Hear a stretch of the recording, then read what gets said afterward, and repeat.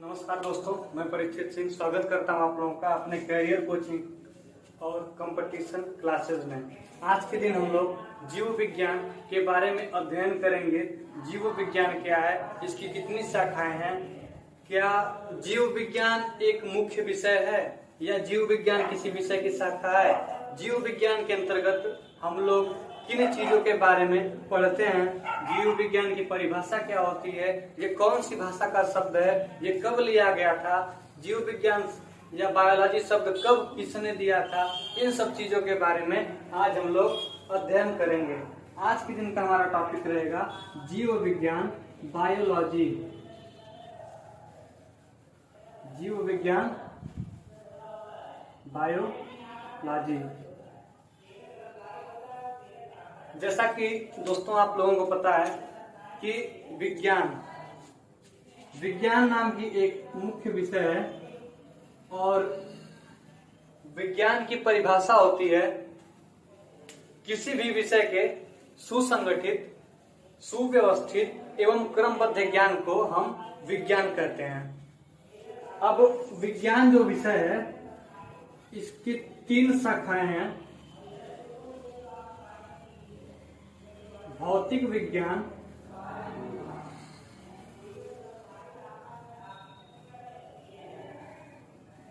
रसायन विज्ञान और जीव विज्ञान। तो विज्ञान की 3 शाखाओं में से जो आपका जीव विज्ञान है, आज के दिन हम लोग जीव विज्ञान के बारे में अध्ययन करेंगे। जीव विज्ञान क्या है और इसके बारे में या इसमें किस चीज के बारे में अध्ययन किया जाता है। तो दोस्तों सबसे पहले हम शुरुआत करते हैं जीव विज्ञान या बायोलॉजी। इस शब्द की उत्पत्ति कैसे हुई। बायोलॉजी ग्रीक भाषा का एक शब्द है जो बायोलॉजी, बायोज प्लस लोगोस से मिलकर बना हुआ है। बायोलॉजी किससे मिलकर बना है? बायोज प्लस लोगोस से। यह एक ग्रीक भाषा का शब्द है। कौन सी भाषा का शब्द है? ग्रीक भाषा का शब्द है बायोज और लोगोज। बायोज और लोगोज को जोड़ करके बायोलॉजी शब्द बनाया गया है। बायोज का क्या अर्थ होता है? देखिए, ग्रीक भाषा को हम अपनी भाषा में तुरंत कन्वर्ट नहीं करते हैं, उससे पहले हम इंग्लिश भाषा में कन्वर्ट करते हैं, उसके बाद हम उसको हिंदी भाषा में इंग्लिश उच्चारण से उसको कन्वर्ट कर देते हैं, ट्रांसलेट किया जाता है। डायरेक्ट हम इसको ट्रांसलेट नहीं करते हैं। बायोस का अर्थ होता है लिविंग्स और लोगोज का अर्थ होता है डिस्कस करना या स्टडी करना। और हम सबको पता है कि लिविंग्स का मतलब होता है सजीव। लिविंग्स का क्या मतलब होता है? सजीव। और स्टडी को हम लोग क्या कहते हैं? अध्ययन। हमने देखा कि बायोलॉजी शब्द जो ग्रीक भाषा का शब्द है, इसे जब हमने अपने जो मूल भाषा हिंदी भाषा में जब हमने इसको ट्रांसलेट किया तो इसका शाब्दिक अर्थ ही निकल कर आया कि सजीव का अध्ययन क्या है? जीव विज्ञान है। सजीव का अध्ययन ही जीव विज्ञान है। Study of living, study of livings, study of livings is biology. अब आपसे एक प्रश्न बनता है कि क्या जीव विज्ञान एक मुख्य विषय है? जो जीव विज्ञान हम पढ़ रहे हैं, क्या कोई ये मुख्य विषय है या किसी विषय की शाखा है? अब आपको पहले ही बता दिए हैं कि विज्ञान एक मुख्य विषय है जिसकी 3 शाखाएं हैं। पहले ही आपको ये चीज बता दी गई है, मतलब जीव विज्ञान कोई मुख्य विषय नहीं, यह विज्ञान नाम की एक विषय की शाखा है। यहाँ से क्लियर हुआ कि हम सजीवों का अध्ययन करते हैं जिसे हम बायोलॉजी कहते हैं। आपसे अगला प्रश्न है, बायोलॉजी शब्द किसने दिया था? यह शब्द किसने दिया था और कब दिया था? बायोलॉजी शब्द लैमार्क व ट्रिविरेनस, लैमार्क व ट्रिविरेनस नामक 2 वैज्ञानिकों ने 1802 ईस्वी में दिया था। बायोलॉजी से कंपटीशन में आपका एक और प्रश्न बनता है कि बायोलॉजी के जनक कौन है? बायोलॉजी के जनक के बारे में जब पूछेगा तो आपको पता होना चाहिए विज्ञान और जीव विज्ञान के पिता कौन है? अरस्तु। अरस्तु को विज्ञान और जीव विज्ञान का पिता कहा जाता है। और दोस्तों आगे आपसे पूछेगा जीव विज्ञान को अध्ययन के आधार पे कितने भागों में विभाजित किया गया है? अध्ययन में स्पष्टता हो इसीलिए हमने जीव विज्ञान को दो भागों में वनस्पति विज्ञान व जंतु विज्ञान में विभक्त किया है। अब आपसे प्रश्न सबसे पहले ही पूछ देता है कि जंतु विज्ञान के जनक कौन है? आपको एक चीज हमेशा ध्यान रखनी है, जो अरस्तु हैं, अरस्तु जंतु विज्ञान, जीव विज्ञान और विज्ञान तीनों के जनक हैं। ये जो तीनों के बारे में जब भी पूछेगा इनके जनक के बारे में, आप अरस्तु को ट्रिक लगा दीजिएगा क्योंकि तीनों के जनक कौन है? अरस्तु हैं। अब हम इसमें विभक्त हुई वनस्पति विज्ञान और जंतु विज्ञान के बारे में कुछ चीजें देखते हैं कि इससे प्रश्न कैसे बनता है, इसकी परिभाषा क्या होती है। एक चीज और ध्यान रखेंगे, जीव विज्ञान में केवल उन्हीं चीजों का अध्ययन किया जाता है जिनमें जीवन होता है। निर्जीव वस्तुओं का अध्ययन जीव विज्ञान में नहीं किया जाता है। जीव विज्ञान में केवल जीव जंतुओं और पौधों का अध्ययन किया जाता है।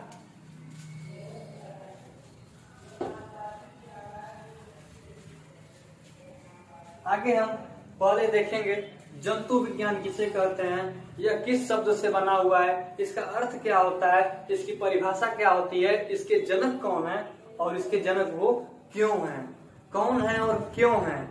कौन है के साथ आपको ये भी पता होना चाहिए कि क्यों है। दोनों का दोनों डाउट आपका क्लियर होना चाहिए। जंतु विज्ञान आप हेडिंग डाल देंगे और इसमें आगे लिखेंगे जूलॉजी।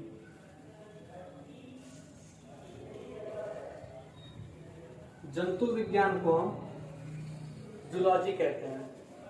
बहुत से लोग कंफ्यूज होते हैं कि जंतु विज्ञान जूलॉजी है या वनस्पति विज्ञान जूलॉजी है। आपके लिए एक ट्रिक बता रहे हैं। ट्रिक क्या है, आप देखें इसमें जंतु आया है पहले और जूलॉजी में सबसे पहले जू आया है। जू मतलब क्या होता है? चिड़ियाघर। चिड़ियाघर, चिड़ियाघर में कौन रहते हैं? जंतु रहते हैं। अतः आप इस ट्रिक से निकाल सकते हैं कि जूलॉजी का मतलब होता है जंतु विज्ञान। जंतु विज्ञान जूलॉजी शब्द ग्रीक भाषा का एक शब्द है जिसे हम जब अपनी भाषा में ट्रांसलेट करना होगा उससे पहले इंग्लिश भाषा में तोड़ेंगे तो यह बनेगा जून प्लस लोगोज। जून को जब हम इंग्लिश भाषा में बदलेंगे तो यह बनेगा एन एनिमल। और लोगोज के बारे में आपको पहले से पता है कि लोगोज को हमने जब हिंदी भाषा में कन्वर्ट करने के लिए, उसको ट्रांसलेट करने के लिए पहले इंग्लिश भाषा में उसको ट्रांसलेट किया तो वह क्या बना था? स्टडी बना था। अब यहां से आप निकाल सकते हैं स्टडी ऑफ एन एनिमल, यानी जंतु का अध्ययन ही क्या है? जंतु विज्ञान है। जंतु का अध्ययन ही जंतु विज्ञान है। Study of an animal, study of an animal is zoology. अब आपसे प्रश्न है जंतु विज्ञान के जनक कौन है? Who is the father of zoology? जंतु विज्ञान के जनक हैं अरस्तु। अरस्तु इसके जनक क्यों हैं? इन्होंने हिस्टोरिया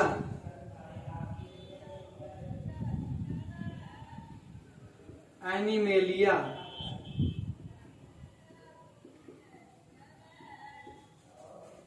हिस्टोरिया एनिमेलिया नामक एक किताब लिखी थी जिसमें इन्होंने 500 जंतुओं के बारे में, उसकी रचना, उसका परिवर्धन, उसके जनन आदि के बारे में बताया हुआ था।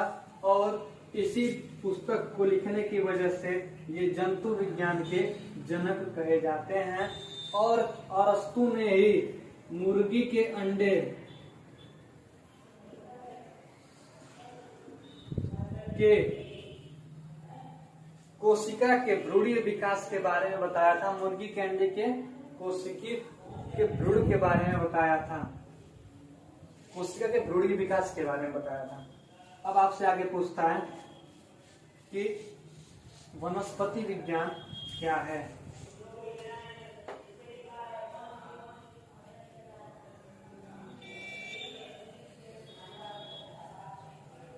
वनस्पति विज्ञान को हम बॉटनी भी कहते हैं। आपको पहले ट्रिक बता दिए हैं कैसे पता किया जाएगा कि बॉटनी मतलब जंतु विज्ञान होता है कि वनस्पति विज्ञान होता है, जूलॉजी मतलब जंतु विज्ञान होता है कि वनस्पति विज्ञान होता है। तो आपका सबसे पहले इसमें यही देखा जाता है कि जब हम ग्रीक भाषा को अपनी भाषा में बदल रहे हैं तो उसका शाब्दिक अर्थ क्या निकलता है। तो बॉटनी को जब हम अपनी भाषा में तोड़ेंगे तो इसको तोड़ने से पहले हम इसको एक और भाषा में तोड़ेंगे। ये डायरेक्ट हमारे इंग्लिश भाषा में तोड़ा नहीं जाएगा, इसको हम तोड़ेंगे तो यह बनेगा बॉस्किन, BOSKIN, बॉस्किन, जिसका अर्थ होता है चरना।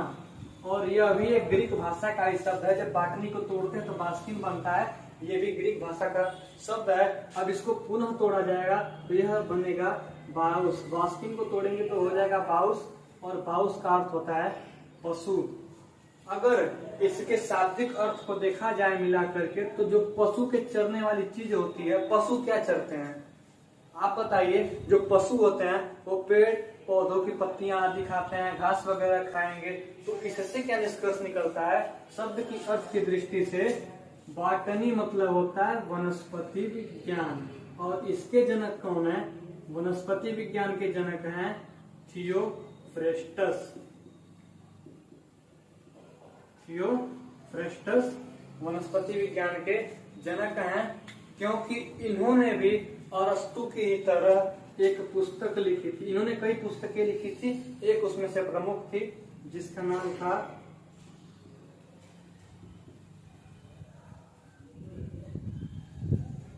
हिस्टोरिया